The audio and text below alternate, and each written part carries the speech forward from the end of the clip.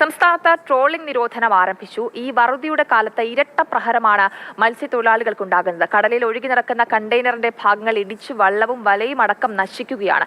കൂടുതൽ വിവരങ്ങളുമായി കണ്ണൻ നായർ ചേരുന്നുണ്ട്. കണ്ണൻ, മത്സ്യത്തൊഴിലാളികളെ സംബന്ധിച്ചിപ്പോൾ എല്ലാ കോണിൽ നിന്നും പ്രശ്നങ്ങൾ മാത്രമാണ് ഉണ്ടാകുന്നത്. ഈ കപ്പലപകടങ്ങൾ ഉണ്ടാകുന്നു, അതിന്റെ ഭാഗമായിട്ടുണ്ടാകുന്ന പ്രശ്നങ്ങൾ, അതേപോലെ ഇപ്പോൾ ട്രോളിംഗ് കൂടി വന്നിരിക്കുകയാണ്. അപ്പോൾ ആകെ മൊത്തത്തിൽ അവർ പെട്ട ഒരു അവസ്ഥയിൽ തന്നെയാണല്ലേ കണ്ണൻ?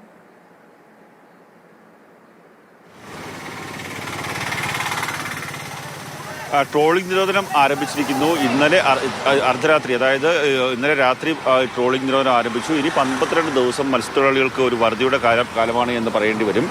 കാര്യം ഈ വലിയ വള്ളങ്ങൾ, നമ്മളിപ്പോൾ ദൃശ്യങ്ങളിൽ നിന്ന് കാണുന്ന ഈ വലിയ വള്ളങ്ങൾക്ക് കടലിലേക്ക് പോകാനാകില്ല. കാര്യം മത്സ്യങ്ങളുടെ പ്രജനന കാലമാണ്. ആ സമയത്ത് ഈ വലിയ വള്ളങ്ങൾ പോയി കഴിഞ്ഞാൽ പ്രജനനം നടക്കാത്ത അവസ്ഥ ഉണ്ടാകും. അതുകൊണ്ടാണ് വലിയ വള്ളങ്ങൾക്ക് നിരോധനം ഏർപ്പെടുത്തുന്നത്. പരമ്പരാഗത വള്ളങ്ങൾ, അതായത് ചെറിയ വള്ളങ്ങളാണ് ഇനി ഈ കടലിലേക്ക് പോവുക.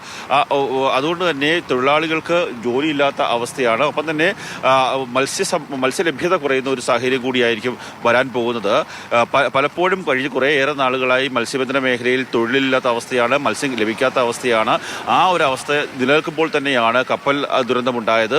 അതിനുശേഷം പിന്നീട് കടലിലൂടെ ഒഴുകി വന്ന പല കപ്പലിൻ്റെ ഭാഗങ്ങളും കണ്ടെയ്നറിൻ്റെ ഭാഗങ്ങളും ഒക്കെ തട്ടി ഒട്ടേറെ ആൾക്കാരുടെ, നീണ്ടകരയിൽ തന്നെ ശക്തികുളങ്ങളിൽ തന്നെയൊക്കെയുള്ള ഒട്ടേറെ ആൾക്കാരുടെ വള്ളങ്ങളുടെ വല മുറിഞ്ഞു പോകുന്ന അവസ്ഥയുണ്ടായി. ഇന്നലെ ഒരു വള്ളവുടമയുടെ അയച്ച ദൃശ്യങ്ങളിൽ എനിക്ക് കാണാൻ സാധിച്ചത് ആ ഒരു 5 ലക്ഷത്തിലധികം രൂപ വില വരുന്ന വല പൂർണ്ണമായും പഞ്ഞിക്കെട്ടിൽ മുങ്ങിയിരിക്കുന്നു. അത് ആ പഞ്ഞി എടുത്ത് മാറ്റാനുള്ള ഒരു അവസ്ഥ ഇനി ഉണ്ടാകില്ല. അതുകൊണ്ട് തന്നെ 5 ലക്ഷം രൂപ നഷ്ടമാകുന്ന ഒരു അവസ്ഥയിലേക്ക് കാര്യങ്ങൾ പോകുന്നു. പലരുടെയും പ്രൊപ്പലർ അടക്കമുള്ളവ, അല്ലെങ്കിൽ ഈ ബോട്ടിൻ്റെ ഭാഗങ്ങളിലൊക്കെ തന്നെ ഈ ഇരുമ്പ് ദണ്ടുകൾ വന്നിടിച്ച് അങ്ങനെ അപകടമുണ്ടാകുന്നുണ്ട്.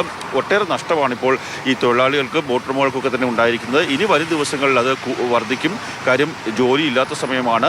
അവർക്ക് സർക്കാരിൻ്റെ ധനസഹായവും അതുപോലെ തന്നെ റേഷനും ഒക്കെ തന്നെ പ്രഖ്യാപിച്ചിട്ടുണ്ടെങ്കിൽ പോലും അതുകൊണ്ടൊന്നും നിലനിൽക്കാൻ പറ്റാത്ത ഒരവസ്ഥയാണ്.